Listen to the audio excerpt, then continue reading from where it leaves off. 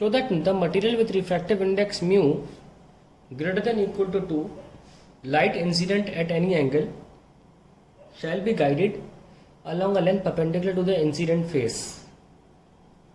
देखिए वैसे तो इस सवाल को करने के लिए हम कोई भी शेप ले सकते हैं, लेकिन for the sake of simplicity मैं रेक्टेंगल ले रहा हूं। इस बात से कोई फर्क नहीं पड़ता कि आप क्या शेप ले रहे हैं, क्योंकि एनी मटेरियल बोला है तो it can be any shape also. Now suppose light incident हो रही है, ये मान लीजिए फेस ए बी है और ये लाइट इंसिडेंट हो रही है किसी एंगल आई पे। सवाल क्या है, शो करना है that a material with refractive index √2 या उससे ज़्यादा। अगर ऐसा मटेरियल है जिसका रिफ्रैक्टिव इंडेक्स √2 है म्यू या उससे ज़्यादा है with respect to air obviously, light फिर किसी भी एंगल पर इंसिडेंट हो वो हमेशा इंसिडेंट फेस के परपेंडिकुलर ही बाहर निकलेगी। अब इंसिडेंट फेस तो ये है। अब दिमाग में आपका ये आ रहा होगा, यार लाइट ऐसे जा रही तो ऐसे कैसे निकल सकती है, कुछ ना कुछ तो रिफ्रैक्शन एंगल होगा ना। देखिए अगर ऐसे निकल गई तो इसका मतलब होता है इस लाइन पर रिफ्रैक्शन एंगल 0 है, और जब तक I 0 नहीं है R 0 हो नहीं सकता। तो ऑब्वियसली फिर ये डायग्राम तो नहीं होगा ना, इसकी बात चल रही होगी। तो थोड़ा हम कॉमन सेंस लगाएंगे कि इस फेस से 90 डिग्री करना भी है और एग्जैक्टली इस फेस से नहीं करना। मतलब लाइट को रिफ्रैक्ट होने दीजिए R एंगल पर, और फिर ये देखिए ये हो गया ना, तो ये जो डायरेक्शन है ये अभी भी ए बी से परपेंडिकुलर है। तो ये एक कैच है इस सवाल में, ये थोड़ा सोचना पड़ता है, ठीक है। तो इसको 90 डिग्री बोलते हैं। तो कह रहे हैं mu greater than equal to 2 light incident at any angle. तो ये इस आई की बात कर रहे हैं कि कोई भी एंगल होगा, लाइट हमेशा will be guided along a length perpendicular to the incident face. यहाँ एक और चीज़ समझनी है, यहाँ ग्रेटर देन इक्वल टू का मतलब समझना है। मतलब ये है कि इक्वल टू √2 होगा तो लाइट ऐसे जाएगी, और अगर उससे ज़्यादा हुआ तो लाइट TIR करेगी, लेकिन किसी भी कीमत पे लाइट अब बाहर नहीं जा सकती। तो √2 लिमिटिंग वैल्यू है, ये साबित करना है हमको। शुरू करते हैं।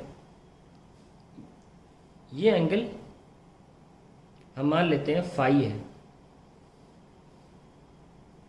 तो स्नेल्स लॉ लगाएं फाई पे। तो mu sine phi is 1 into sine 90, ये 90 है ना, तो हमको मिल जाएगा 1, तो साइन फाई आ जाएगा 1/μ।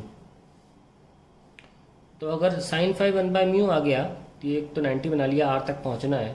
आई कैन ऑल्सो राइट फाई की जगह पर 90 minus R by some triangle property, and then I can write cos R, ठीक है, इक्वल्स टू 1/μ। अब इनइक्वालिटी साइन कैसे लाएं वो मैं लाया नहीं हूँ, अभी दिखाया था आपको मैं कि फाई जो है वो क्रिटिकल एंगल के बराबर या उससे ज़्यादा होना चाहिए for light to always remain inside the material. तो अगर दोनों तरफ साइन लगा दें तो ऐसे हो जाएगा।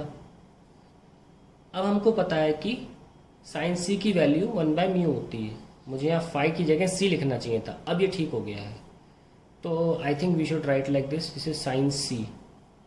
Okay, now in from here you can see that sine phi को मैंने साबित कर दिया greater than equal to 1/μ। So now we can write from this you can write sine phi greater than equal to 1/μ, and then you can continue.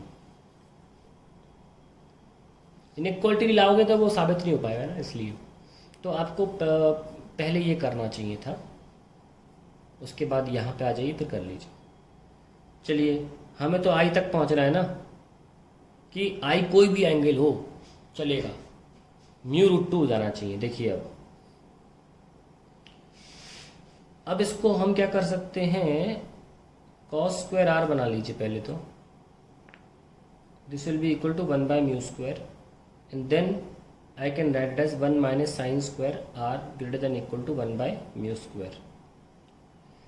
Then I can write minus का sin² R greater than equal to 1/μ² minus 1. Then I can write sin² R less than equal to 1 minus 1 by mu square. Both side 1 minus 1 से multiply करने पर inequality पलट जाती है। अब आप mu square से एलसीएम लेके यहाँ भेज दो।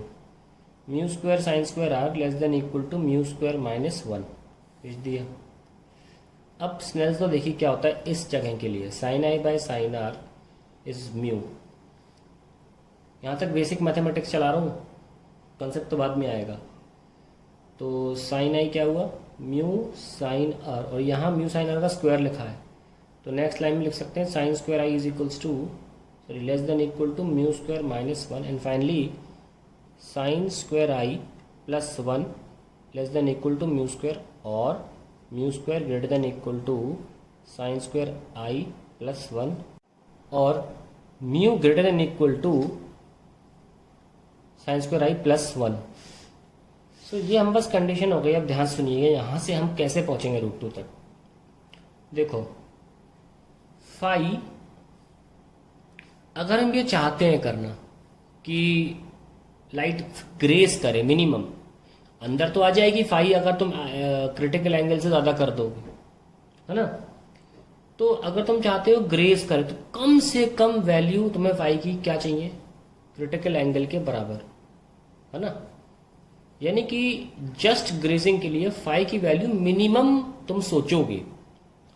और फाई का आप आई से रिश्ता देखो, जब तुम फाई को घटाते हो तो आर की वैल्यू क्या है, 90 माइनस 5, है ना। ये देखो, क्योंकि आर प्लस 90 प्लस 5 तीनों मिला के 180 है, तो आर की वैल्यू कितनी है, 90 माइनस 5।